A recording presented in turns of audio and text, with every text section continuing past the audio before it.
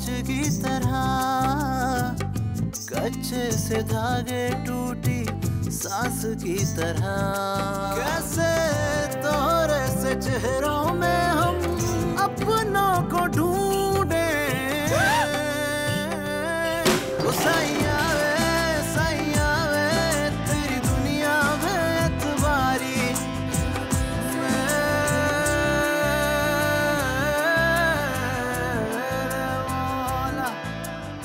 हाँ तो फिर करो उसके चाचा को फोन और मांगो पैसा। अगर तुम्हें नहीं देता तो उसे ही दे दे। सोच तो मैं भी यही रहा था, लेकिन मसला यह है कि पैसों वाली बात उन्होंने मुझे नहीं बताई है। वो उन्होंने फोन पर मुझे तायाबू समझकर बोल दिया। इसके सामने जो रिश्तेदार आते हैं ना, बस उन्हें ही समझता है रिश्तेदार, वरना दूर के जो रिश्तेदार होते हैं उनके बारे में इसको कोई खबर नहीं है। सीधा है बहुत। आप दोनों की तो इस कंफ्यूजन ने मुझे कल से परेशान किया हुआ है। सैया वे तेरी दुनिया में एतबारी।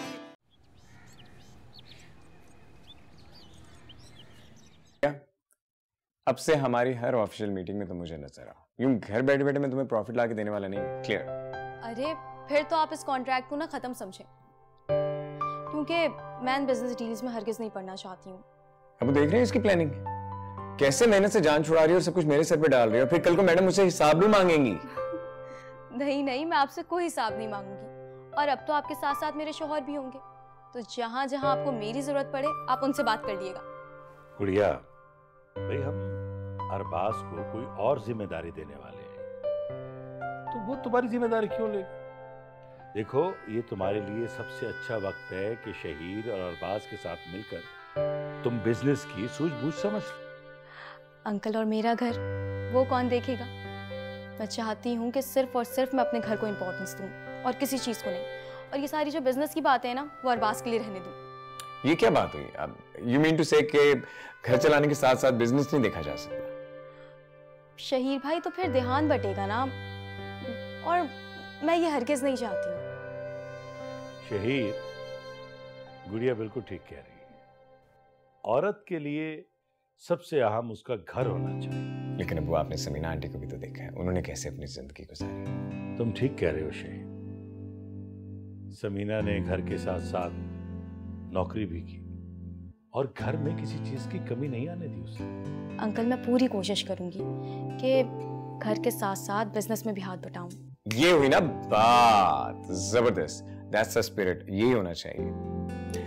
देखो गुड़िया, दुनिया में तुम्हें कोई भी ऐसा बिजनेस पार्टनर नहीं मिलेगा जो खुद तुम्हें फोर्स कर रहा है कि सारे हिसाब किताब पे तुम खुद नजर रखो और इस तरह ब्लाइंड ट्रस्ट ना करो। सो मिलेगा मेरे जैसा कोई बिजनेस पार्टनर? नहीं, बिल्कुल भी नहीं मिलेगा। अच्छा, अब दोनों झगड़ा खत्म करो, अब कोई फैसला कर लो ना। फैसला हो गया ना अब्बू? बात मान तो गई है मेरी। गुड़िया बेटा, तुम्हें इसका बहुत फायदा होगा। अरबाज और तुम अपनी आने वाली जिंदगी में एक दूसरे की मदद कर सकते। अंकल, मैं तो हमेशा यही चाहती हूँ कि अरबाज का हर कदम पे साथ दूँ। अच्छा शहीर भाई, मेरे ख्याल में मीटिंग खत्म हो गई है, अब मैं चाय बना कर ले आऊं?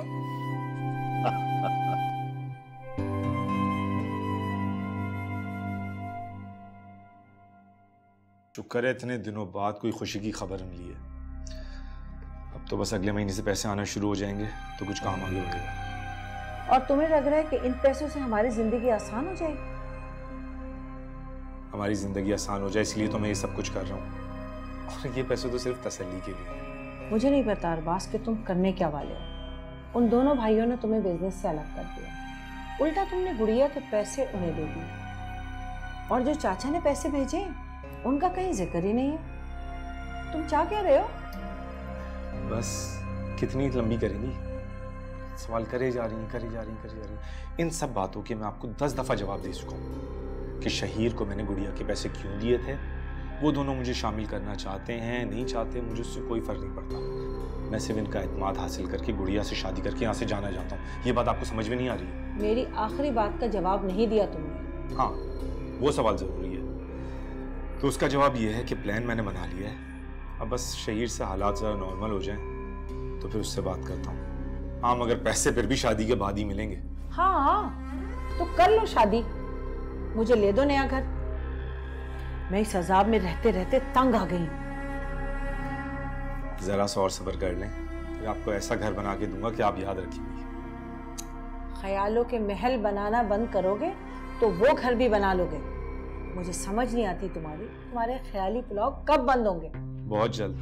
आप बस उस काम पर सोचना शुरू कर दें जो मैंने आपको दिया है, कि गुड़िया से मेरी जान कैसे छुड़ाएंगी। बाकी सब कुछ मैं संभाल लूंगा, आप सिर्फ ये कर दें।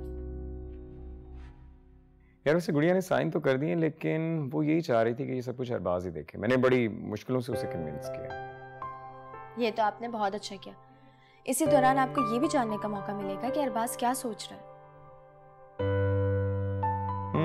बस कल से ऑफिस आना शुरू हो जाए, उसके बाद ही कुछ समझ आएगा। वैसे हम तो अभी तक ये भी नहीं तय कर पाए कि उसे काम क्या दें।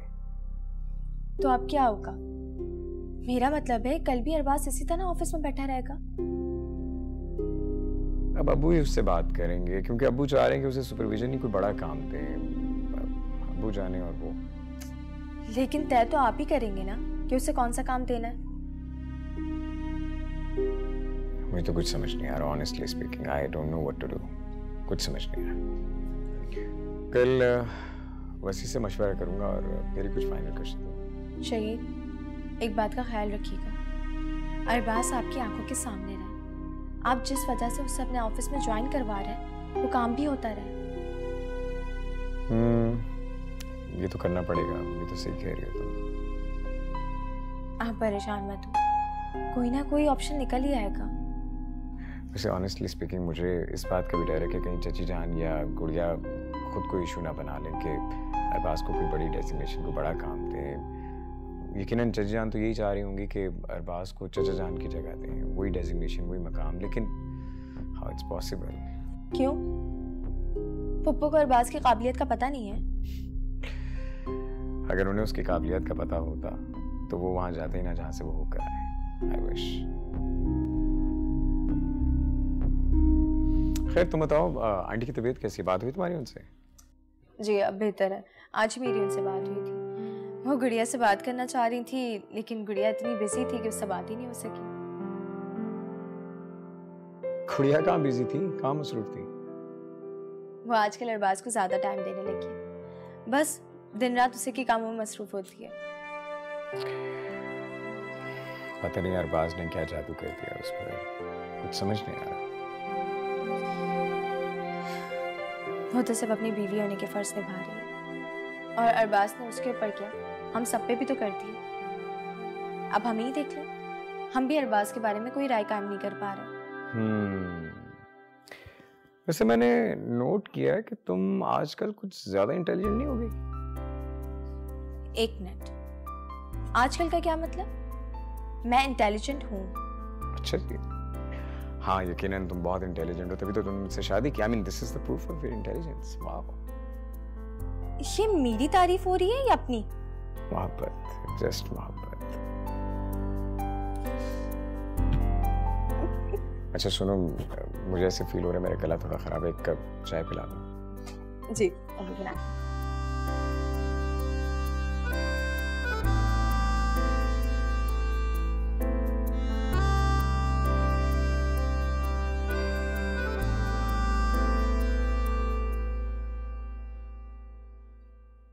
वो दफ्तर जा तो रहा है भाई साहब, लेकिन वहां उसके लिए कोई काम नहीं है।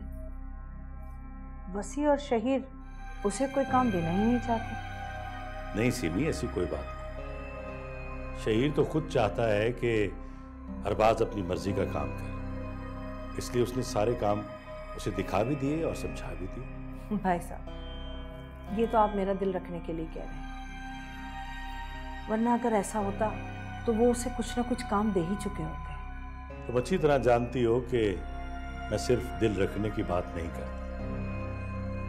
तुम देख लेना, कुछ दिनों बाद अरबाज भी ऑफिस में उतना ही काम करेगा जितना शहीर और वसी करते। देख लीजिएगा भाई साहब, मुझे तो कुछ ऐसा होता नजर नहीं आ रहा।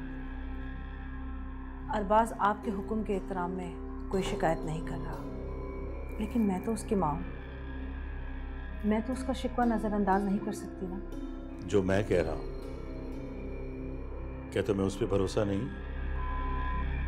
मैंने और मेरे बच्चों ने हमेशा आपकी कही बात का मान रखा है। और कभी शिकवा नहीं किया। हमारी पूरी जिंदगी आपका हुक्म मानने में गुजरी है भाई साहब।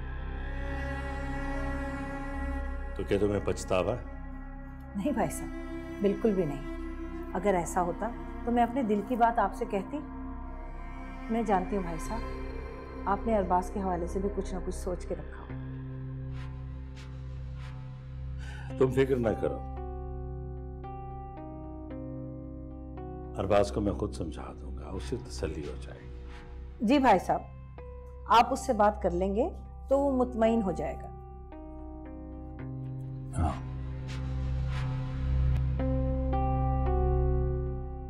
जी असल में वो कल आपसे बात नहीं हो सकी थी ना, तो मैंने सोचा अभी फ़ोन कर लेती हूँ। ऐसी कोई बात नहीं है बेटा, मैंने तुम्हें खुद फ़ोन करना था तुम्हें निकाह की मुबारकी के लिए। अल्लाह तुम्हें हमेशा खुश रखे। थैंक यू आंटी, खैर मुबारक। लेकिन मैं मुबारकबाद इस तरह कबूल नहीं करूँगी, आपको इसके लिए घर आना होगा। मैं ज़रूर आऊँगी। वो दरअसल आजकल ट्यूशन के बच्चों के इम्तहान चल रहे हैं ना, तो उसमें ज़रा सी मसरूफ़ हूँ बेटा। अरे आंटी, आप खुद को कितना मसरूफ़ रखती हैं और ज़रा सी बात को इतनी ज़्यादा अहमियत देती हैं। इसी तरह तो ज़िंदगी अच्छी गुजरती है। जी बिल्कुल। अच्छा, वैसे मुझे आपसे बहुत सारी ट्रेनिंग लेनी है, इसलिए आप मुझसे मिलती रहा करें। तुम्हारा जब दिल चाहे बेटा तुम रायमा के साथ यहाँ पे आ जाओ, मैं घर पे ही होती हूँ। और वैसे भी तुम इतनी समझदार हो तो तुम्हें मेरी ट्रेनिंग की क्या ज़रूरत है।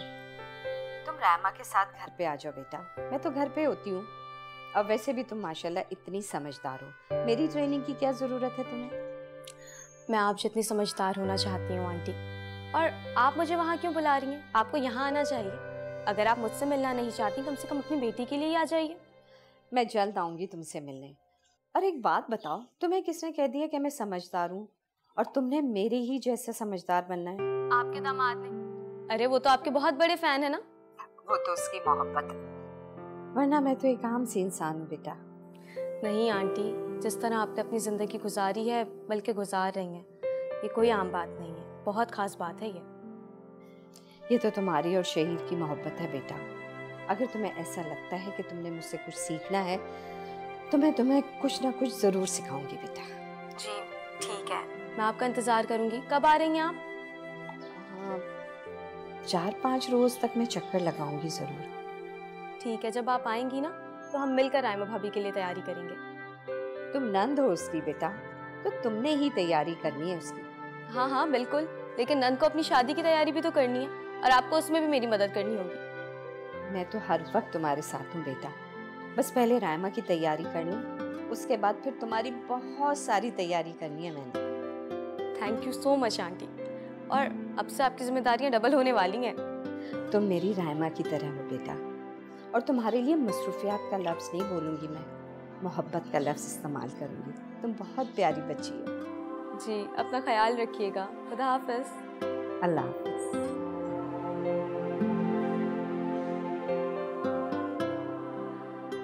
तुम क्यों बार बार इस बात को बीच में ले आते हो? जब मैं कह रही हूँ मुझे इस बारे में कोई बात नहीं करनी, तो फिर क्यों वसी? तुम कब तक इस मामले में बात नहीं करोगी और कब तक यूं अपने आप को धोखा देती रहोगी? मैं कोई खुद को धोखा नहीं दे रही, सिर्फ अपनी मर्जी से मैंने एक फैसला किया है। और तुम्हारी मर्जी में मैं कब से शामिल हो गया समिया? तुमने हमेशा इस शादी को कॉम्प्रोमाइज ही समझा है। फॉर गॉड सेक वसी, वो पहले की बात थी। पहले की बात थी, और वो बात अब इसलिए नहीं रही क्योंकि कबीर ने भी शादी कर ली है और तुम्हारी भी शादी हो गई है ना? तुम जो मुझसे सुनना चाह रहे हो ना, मैं वो कभी नहीं कहूंगी। क्यों? जब कबीर तुमसे शादी करना चाहता है और मैं तुम्हें छोड़ने के लिए तैयार हूं, तो तुम क्या सोच रही हो समिया? वसी, तुम्हें जरा एहसास नहीं हो रहा कि तुम मुझसे किस किस्म की बातें कर रहे हो? साफ साफ बोल दो कि तुम मुझसे बदला लेना चाहते हो। बदला तो तुम मुझसे ले रही हो समिया। अगर मैं बदला लेना चाहता ना तो तुम्हें कभी ऑप्शन नहीं देता। मुझे ये सोचते हुए भी शर्म आ रही है कि मेरा शौहर मुझसे इस तरह की बातें कर रहा है। वो तुमने सुना है ना कि मोहब्बत और जंग में सब कुछ जायज है। इस तरह की बातें ना अरबाज ने भी गुड़िया से नहीं की होंगी, जो सिर्फ और सिर्फ अपने मतलब के लिए उसे शादी कर रहा है।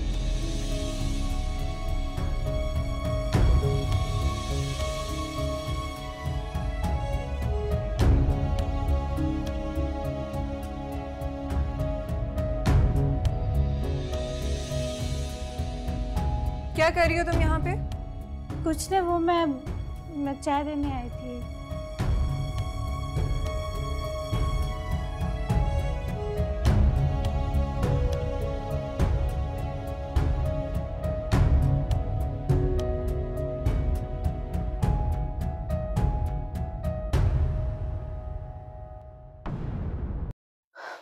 संभिया, तुम्हारा दिमाग खराब तो नहीं हो गया? अरे क्या जरूरत थी उससे इस तरह बात करने की? बिला वजह उसके दिल में शक डाल दिया तुमने। मम्मी वो बार बार मुझे अरबाज के ताने दे रहा था तो मैंने भी गुस्से में बोल दिया। ओहो, तुम्हें अरबाज का जिक्र करने की क्या जरूरत थी? अपने हवाले से बात करनी थी तुमने तो हद ही कर दी समिया। मम्मी क्या हो गया है? कौन सा मैंने उसको पूरी तफसील बता दी? एक जुमला ही तो बोला है। वो एक जुमला वसी शहीर से जाकर कहेगा और शहीर हाथ धो के अरबाज के पीछे पड़ेगा। इस तरह तो हमारा सारा प्लान गलत हो जाएगा ना। तो इससे पहले वो कुछ करें, आप अपना काम कर लीजिए। बहुत बड़ी बात की है तुमने, जैसे पहले मैं ये ना करती। हाँ, अरे मैंने तुम्हें एक बात बताई और तुमने जाके वसी को बता दी। शुक्र है कि मैंने तुम्हें कुछ नहीं बताया। तो आप दोनों ने जानबूझकर मुझसे सारी प्लानिंग छुपाई रखी थी? हाँ, क्योंकि मुझे मालूम था कि तुम जो वसी की मोहब्बत में दीवानी हो रही हो ना, तो कुछ ना कुछ गड़बड़ तो जरूर करोगी। सो तुमने कर दी। अम्मी, अब ऐसी भी कोई क़यामत नहीं आ गई और वो इतना अक्लमंद नहीं है कि मेरी एक जुमले से पूरी बात को समझ जाए। तुम उसे बेवकूफ समझते समझते ही इस हाल पर पहुंच गई हो कि वो तुम्हें नौकरानी समझने लगा है। आप मेरी फिक्र मत करें, बस जो मैंने आपको बताया आप उसके बारे में सोचें। वैसे भी जब आप दोनों ने ही मुझे गैर समझना शुरू कर दिया तो मुझसे शिकवा करने का कोई जवाब नहीं बनता। देखो समिया, मैं शिकवा नहीं कर रही, तुम्हें बता रही हूँ कि अगर सब कुछ इसी तरह चलता रहा तो तुम्हारा हाल बहुत बुरा होगा। देखो बेटा, मैं और अरबाज तो अपने बारे में सोच रहे हैं, तुम भी जरा अपने लिए होश कर लो, वरना वसी शहीर और रायमा के साथ तुम्हारा वो हाल करेगा जो हम अब तक रायमा का करते आ रहे हैं।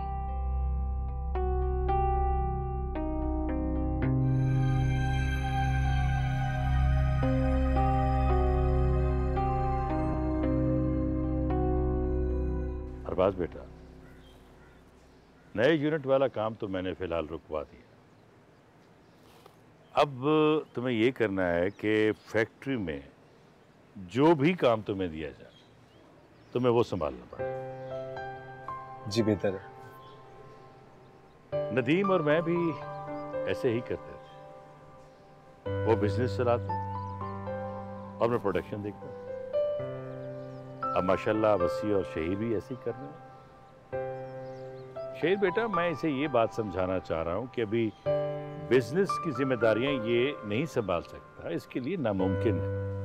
अभी थोड़ा सा काम देखेगा, सीखेगा। हाँ, अगर तुम बाद में प्रोडक्शन में आना चाहोगे तो मैं ऐसी तरतीब बना दूंगा कि तुम्हारे लिए आसान हो जाएगा। तुम शहीर बेटा? जी अबू, मैं ऑलरेडी अरबाज से भी बात कर चुका हूँ इस मामले में, और अब तो अरबाज ने काम भी शुरू कर दिया है। जिस चीज में, जिस डिपार्टमेंट में ये कंफर्टेबल होगा हम इसको डेजिग्नेशन दे देंगे। तैबू, मैं चाहता हूँ आप ये सारी बातों को लेके परेशान ना हो। शहीर ने मुझे काम दिया था और वो मेरी हेल्प भी कर रहे हैं, तो हम लोग देख लेंगे। आप बस इन चीज़ों को लेके परेशान नहीं। अरे बेटा, बात परेशानी की नहीं है। मैं ये चाहता था कि ये बात मैं दोनों के सामने करूं ताकि कंफ्यूजन खत्म हो जाए। वैसे तो शहीद ने सब कुछ संभाल रखा है, लेकिन बात करना भी जरूरी है। It's up to him Abu, मैंने फैसला अरबाज पे छोड़ दिया है। जैसे इसको बेहतर लगे, जिस तरह ये कंफर्टेबल होगा, will go according to his comfort. बेटा, मेरी तो ये ख्वाहिश है कि तुम दोनों और वसी, मतलब तीनों मिलकर इस बिजनेस को बहुत आगे ले जाओ। जो पौधा नदीम और मैंने लगाया था उसे फलदार तनावर दरख्त बनाओ और उसका फल हमारी आने वाली नस्लें का।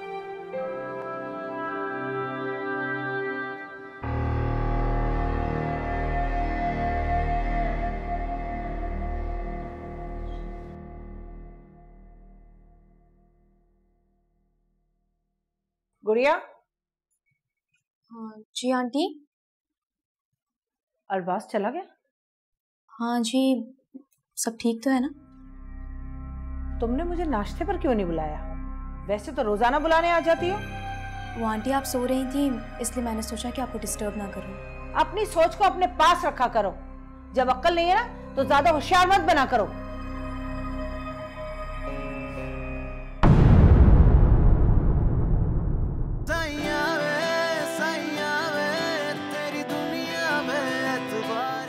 आंटी मैंने घर पर फोन कर दिया है, थोड़ी ही देर में गाड़ी आ रही है।